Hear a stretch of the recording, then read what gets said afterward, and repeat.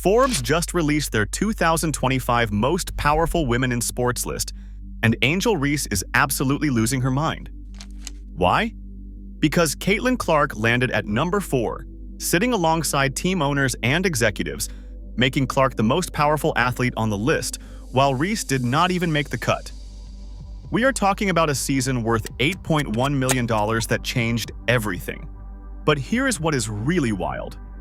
This is not the first time Reese has shown jealousy toward Clark's success.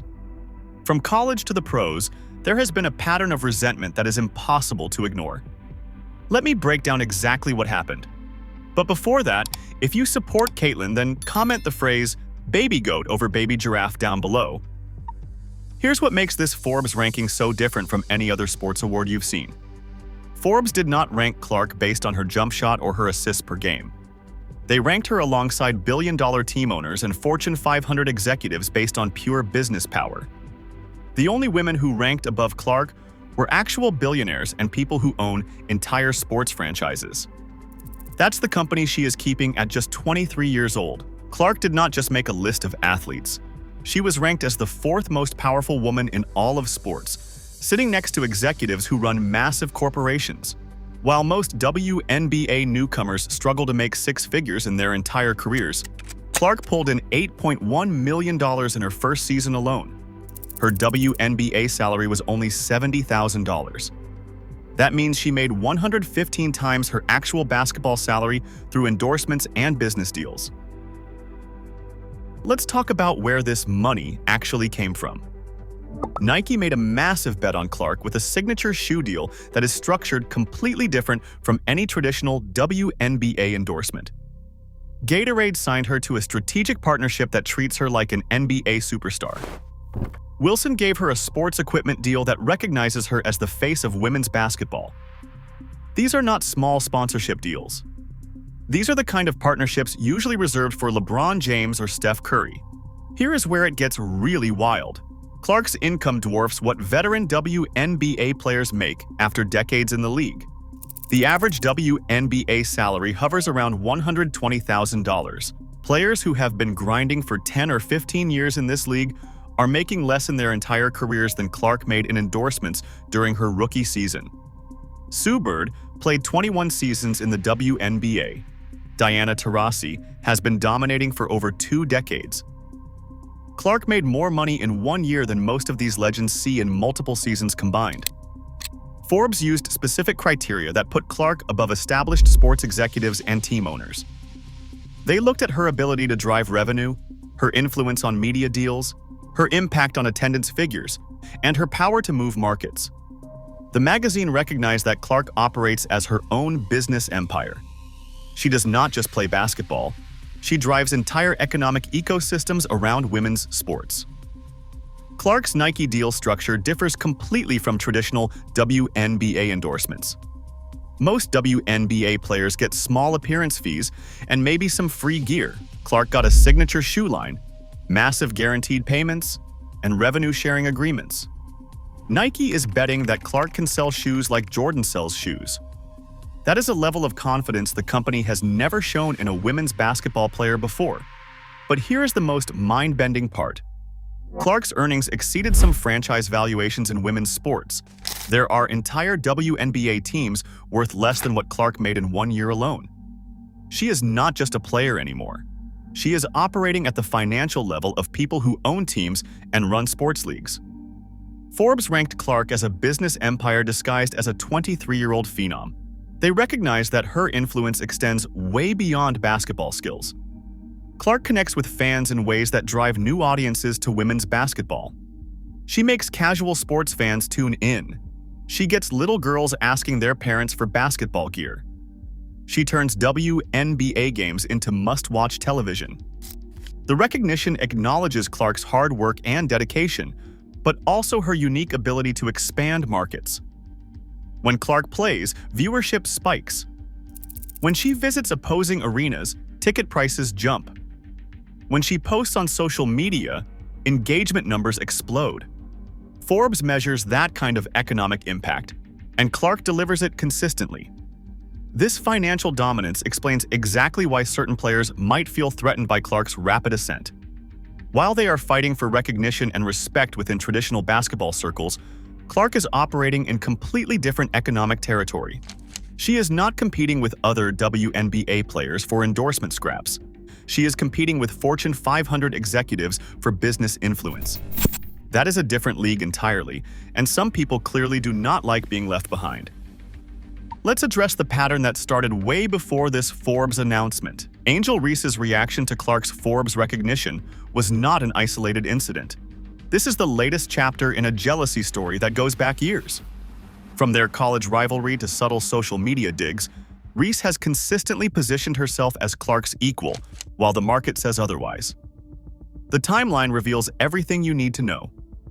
During their college years, whenever Clark dominated headlines with record-breaking performances, Reese made sure to insert herself into the conversation. When Clark was breaking scoring records at Iowa, Reese would post workout videos or make statements about her own game. When Clark got national media attention for her three-point shooting, Reese suddenly started talking about being underrated and overlooked. The WNBA draft showed the first clear signs of this pattern. Clark was selected first overall by Indiana. The media coverage was massive. Endorsement deals started rolling in immediately. Meanwhile, Reese went 7th overall to Chicago and watched Clark dominate every conversation about the rookie class. That is when the subtle digs really started ramping up. Reese's attempts to create her own signature moments often coincided with Clark's biggest achievements. When Clark signed her massive Nike deal, Reese announced her Reebok partnership just days later. When Clark had her breakout WNBA performances, Reese would schedule social media content or interviews. The timing was not accidental. She was trying to ride the wave of attention that Clark naturally generated. Here is where it gets really telling. Reese launched her Reebok shoe campaign during WNBA All-Star Weekend. That is the exact same weekend Clark could not play due to injury, and ticket prices plummeted.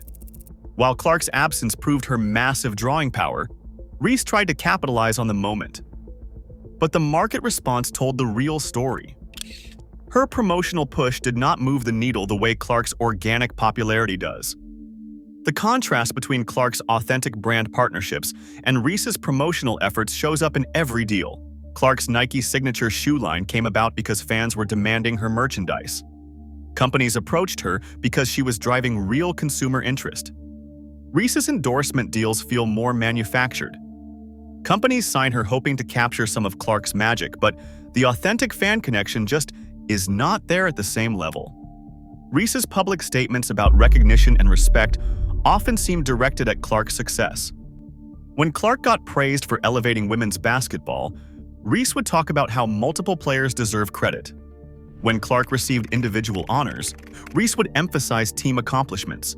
She consistently positioned herself as the alternative narrative to Clark's story. The timing of Reese's business announcements consistently followed Clark's major deals. Clark signs with Gatorade, then Reese announces a beverage partnership. Clark gets featured in major ad campaigns, then Reese posts about her own endorsement work. She has been playing catch-up from day one, trying to match Clark's momentum with her own announcements. Social media tells the whole story. Reese's posts often reference being overlooked or underappreciated, especially after Clark receives major recognition. The subtext is always there. When Clark breaks attendance records, Reese talks about her own impact on the game. When Clark gets national TV features, Reese emphasizes her role in growing women's basketball. Social signals back up the pattern. The most recent example proves the pattern. After Forbes named Clark the most powerful female athlete, Reese's response was not congratulations or support. Her actions and comments were widely interpreted as another reaction to Clark's success rather than genuine acknowledgement of her achievements. The Forbes snub was not random. The magazine confirmed what the market already knew about who drives real value in women's basketball. They looked at measurable impact, revenue generation, and cultural influence. Clark excelled in every category while Reese did not even register on their radar. Value was clear. The jealousy plays out in measurable economic terms every single day. Clark's games draw higher viewership. Her merchandise sells faster. Her social media engagement rates are higher. Companies pay more to associate with her brand. The market has spoken clearly about who drives the most value in women's basketball, but some people clearly struggle to accept that reality. Want to know how powerful Clark really is? Let's look at what happened when she wasn't there. The WNBA learned a harsh lesson about their economic engine when Clark got injured before All-Star Weekend. The league discovered they had built their entire marketing strategy around one player, and when she could not play, everything fell apart. Ticket prices dropped 48% overnight, proving that Clark was not just another player, she was the entire draw. All-Star Weekend in Indianapolis went from premium pricing at $121 per ticket to desperate selling at $64. Fans who were willing to pay top dollar to see Clark suddenly lost interest when she got hurt. The market spoke loud and clear about who people actually wanted to watch. The viewership numbers tell an even bigger story. The 2025 All-Star Game suffered a 36% drop in viewership without Clark, falling from 3.44 million viewers down to 2.19 million. That is over 1 million people who tuned out because Clark was not playing. The WNBA had never seen numbers drop that dramatically for a single player's absence. Clark's games consistently outperformed league averages throughout her first 2 seasons. The WNBA averaged 657,000 viewers per game during 2024, but that number was heavily skewed by Clark's appearances. When Indiana played, viewership spiked dramatically.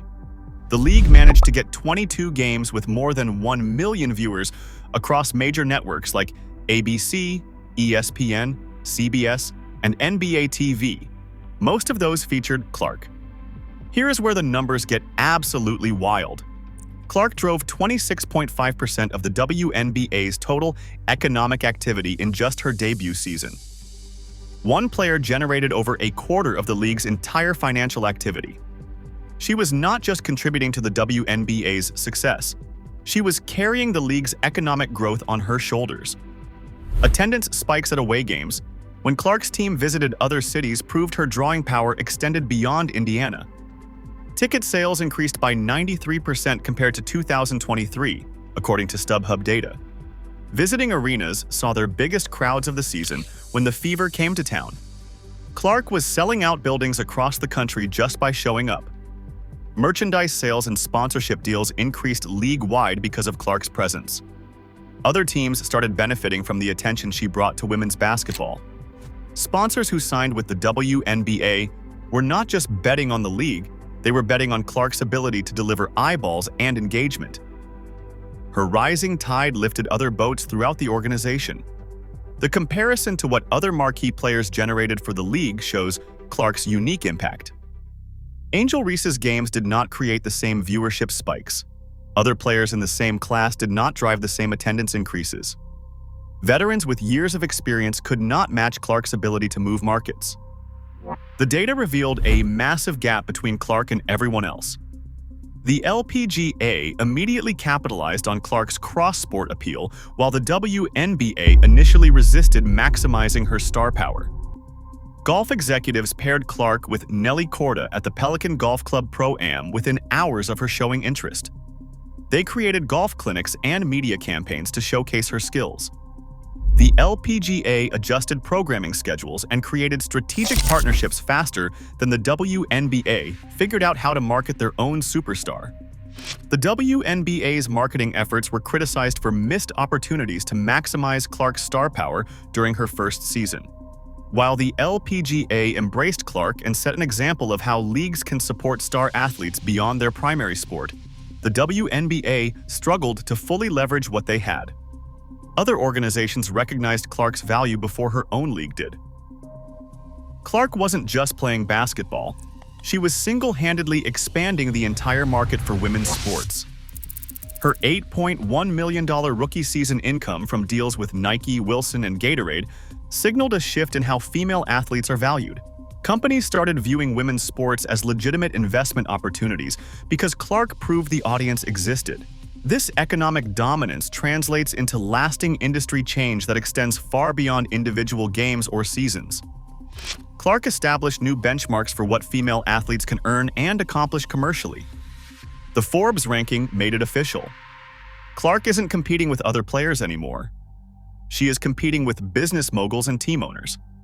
She sits at number 4 alongside executives who run billion-dollar companies and own entire franchises.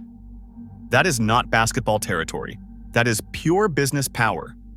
While others focus on basketball rivalries, Clark is building a sports empire that will outlast any single season or career. Her Nike deals, Gatorade partnerships, and massive endorsements create lasting value. She is establishing herself as a permanent fixture in sports business, not just women's basketball. The real question is not whether Clark deserves this recognition. The question is whether the rest of women's basketball can keep up with the standard she is setting. If you support Caitlin, then comment baby goat over baby giraffe down below. Like, subscribe, and turn on all notifications so you never miss out. Click the video on the screen, and we will see you in the next one.